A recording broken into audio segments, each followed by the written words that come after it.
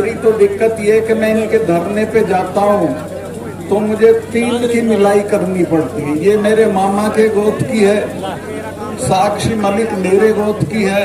तो मैं 4-6 दिन पहले गया था तो 3 मिलाई करके आया कि भाई चलो ये तो हमारे घर की बेटी है। तो मैं इससे अभी कह रहा था कि बेटे देश में जिधर निकलोगे इसी तादाद में लोग तुम्हारे साथ खड़े रहेंगे और देश के लोगों ने तुम्हारी लड़ाई को अपनी लड़ाई मान लिया है। अब इसमें कोई ज्यादा मेहनत करने की जरूरत आपको नहीं है, वो मेहनत हम करेंगे। मैं आपको एक बात बताऊं, 2 हफ्ते पहले मैंने एक इंटरव्यू में उस अखबार वाले को बताया कि पुलवामा में हमारे 40 जवान शहीद हो गए थे। जब मैं वहां गया और मैंने सारा नक्शा देखा और लौट के आया तो प्रधानमंत्री कहीं गए हुए थे, शूटिंग करा रहे थे अपनी, उनका टेलीफोन आया। उन्होंने कहा सतपाल भाई क्या हुआ? मैंने कहा साहब ऐसे ऐसे हमारे 40 जवान शहीद हो गए और वो हमारी गलती से हुए। वो 4 महीने से हवाई जहाज मांग रहे थे जम्मू से श्रीनगर जाने के लिए, लेकिन उनको हमने हवाई जहाज नहीं दिए, लिहाजा वो सड़क के रास्ते गए और मारे गए। तो प्रधानमंत्री ने मुझे कहा कि तुम चुप रहो। 2 घंटे बाद जो हमारा सिक्योरिटी एडवाइजर है अजीत डोभाल, वो मेरे साथ पड़ा है, उसका टेलीफोन आया कि सतपाल भाई इस पे बोलो मत, इस पे चुप रहो। मैंने समझा शायद ये जांच कराते होंगे, वो जांच आज तक नहीं हुई है। वो सिर्फ एक बहाना ढूंढ रहे थे कि इस सवाल पे पाकिस्तान की तरफ मोड़ के और चुनाव लड़ जाएं। हमारे 40 बच्चों की लाश पे खड़े होके ये चुनाव जीते हैं। मैं आपसे निवेदन करना चाहता हूं, अब की उनकी लाश पे इनको भस्म कर देंगे और इनको हम सजा देंगे कि इन्होंने कैसे हमारे बच्चों के साथ लापरवाही बरती। 5 हवाई जहाज सरकार के लिए बड़ी चीज नहीं होती। मैं वहां गवर्नर था, कश्मीर के और जम्मू के लड़के जहाज मांगते थे जब सर्दियां होती थी कि हमें इम्तिहान देने जाना है और सड़कें बंद हैं, तो मैं सबको हवाई जहाज दिलवा देता था। तो एक तरह से जानबूझ के उनको मरवाया गया ताकि चुनाव में इसका इस्तेमाल हो सके। और ये ऐसे लोग हैं कि चुनाव जीतने के लिए अगर सारे देश में आग लगानी हो तो वो भी करा सकते हैं। मैं आपसे हाथ जोड़ के प्रार्थना करता हूं कि अपने 40 बच्चों की मौत का बदला इस बार के चुनाव में हमको लेना है और जरूर लेना। दूसरे, अभी चूंकि मैंने ये बोल दिया है तो मेरे स्टाफ को तंग कर रहे हैं। मेरे स्टाफ के लोग जो साधारण लोग हैं 6-6 दिन से सीबीआई उनका इंटरोगेशन कर रही है। जिनके खिलाफ मैंने इल्जाम लगाए थे उनका किसी का इंटरोगेशन नहीं हो रहा। मेरी सारी सिक्योरिटी विड्रॉ कर ली है। मैं 2 कमरे के किराए के मकान में रह रहा हूं, कोई गवर्नर नहीं रहता। कश्मीर का गवर्नर जब रिटायर होता है तो उसे दिल्ली में बंगला मिलता है, उसको 70 लोगों की सिक्योरिटी मिलती है। मेरे पास 1 सिपाही है, सिर्फ 1 सिपाही है। मेरे साथ कुछ भी हो सकता है, लेकिन मुझे आपका हौसला है। मैं आपके भरोसे पे लड़ रहा हूं और जब तक इनको हटा नहीं लेंगे तब तक लड़ता रहूंगा। इन बच्चियों की लड़ाई को तो हम जरूर जीत लेंगे, मुझे कोई शुबा नहीं है। जिस तरह से देश भर में इनके लिए हमदर्दी है, ये कामयाब होंगी और कोई रोक नहीं सकता। किसानों के मामले में जब 4 महीने तक किसान खड़े रहे बॉर्डर पे तो मैं मिलने गया प्रधानमंत्री से। जेब में इस्तीफा ले गया था गवर्नरशिप का। मैंने कहा कि साहब ये 4 महीने से पड़े हैं, इनसे कोई बातचीत कर लो। तो बहुत घमंड में थे, बोले कि चले जाएंगे सतपाल। मुझे गुस्सा आया। मैंने कहा साहब आप इनको जानते नहीं है, तब जाएंगे जब आप चले जाओगे।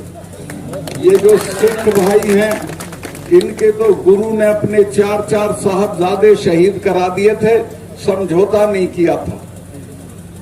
जब मिसेज गांधी ने ब्लू स्टार किया, उसके बाद 1 महीने तक अपने फार्म हाउस पे महामृत्युंजय का पाठ कराया था। अरुण नेहरू उनके भतीजे थे, मेरे दोस्त थे। उन्होंने पूछा, बुआ आप तो इसको नहीं मानती थी? तो उसने कहा, तुम्हें पता नहीं है, जिसने इनका स्वर्ण मंदिर छुआ है वो जिंदा नहीं है, ये मुझे मारेंगे। और वो मारी गई, जनरल वैद्य मारे गए। और ये जो 3 कानून वापस हुए हैं, ये समझ लेना ये हमारे कहने से नहीं हुए, ये डर में हुए हैं। और अपने लोगों का मैंने कहा कि जो हमारे वाले हैं, ये तो हर 6ठे महीने लाल किले पे चढ़े रहते थे। इन्होंने तो आगरा में अकबर की कब्र उखाड़ ली थी और उखाड़ के दाह संस्कार कर दिया था। तो मैं कहा, जब किसी से लड़ो तो ये जान लो कि किससे लड़ रहे हो। इनसे लड़ा नहीं जाता, कुछ ले दे के समझौता कर दो। तो 3 महीने बाद माफी मांग के वो बात मानी। और हाँ, किसान के पास 2 ही चीजें थी, एक जमीन थी और एक इनके बच्चे फौज में चले जाते थे। वो रास्ता भी बंद कर दिया। एक अग्निवीर योजना लाए हैं, जिसमें 4 साल की नौकरी होगी और उसके बाद रिटायर होके आ जाएंगे, उसको कहीं नौकरी नहीं मिलेगी, ज्यादा से ज्यादा चौकीदारी मिलेगी।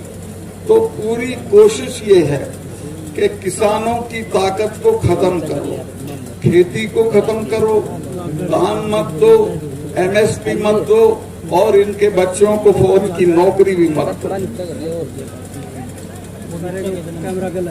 मैं बहुत लंबा नहीं करना चाहता हूं। मैं कश्मीर में था जब धारा 370 हटी थी।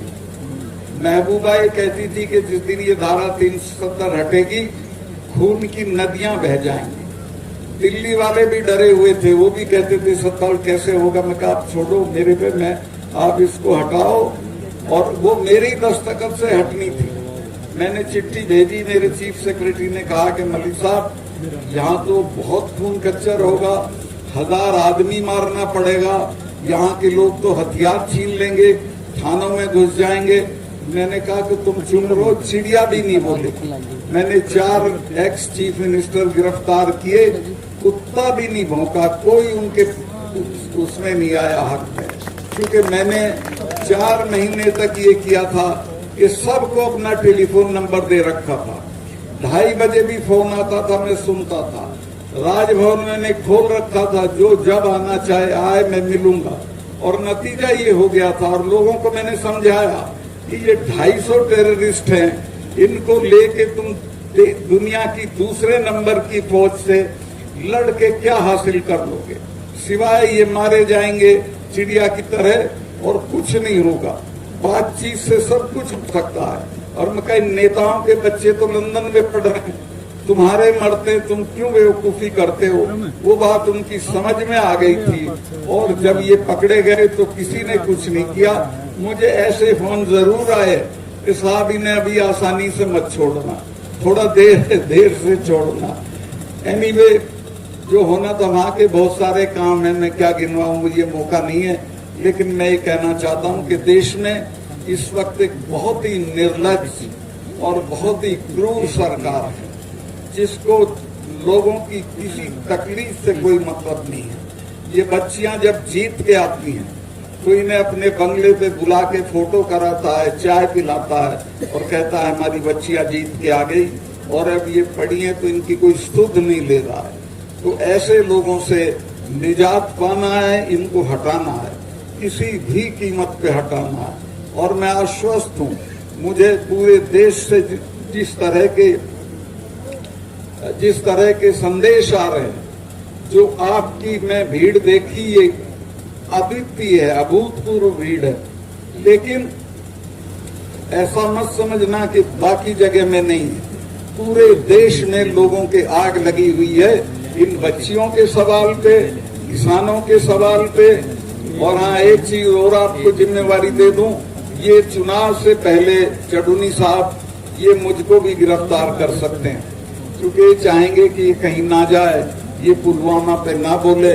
तो जब मैं गिरफ्तार हूं तो मैं आपसे कोई ये तवक्को नहीं करता हूं कि क्या करना है ये आप मेरे से बेहतर जानते हो। दूसरे और ये जो चडूनी साहब हैं, संघर्षशील आदमी है, ऐसे लोगों को आगे बढ़ाइए और अपनी बच्चियों की मदद करिए। 28 तारीख को विनेश फोगाट ने आपको बताया है, बहनें भी जाएं तो और अच्छा है, नहीं तो पुरुष और लड़के तो जरूर जाएं और 28 को जाके पार्लियामेंट का उद्घाटन करें। बहुत बहुत धन्यवाद।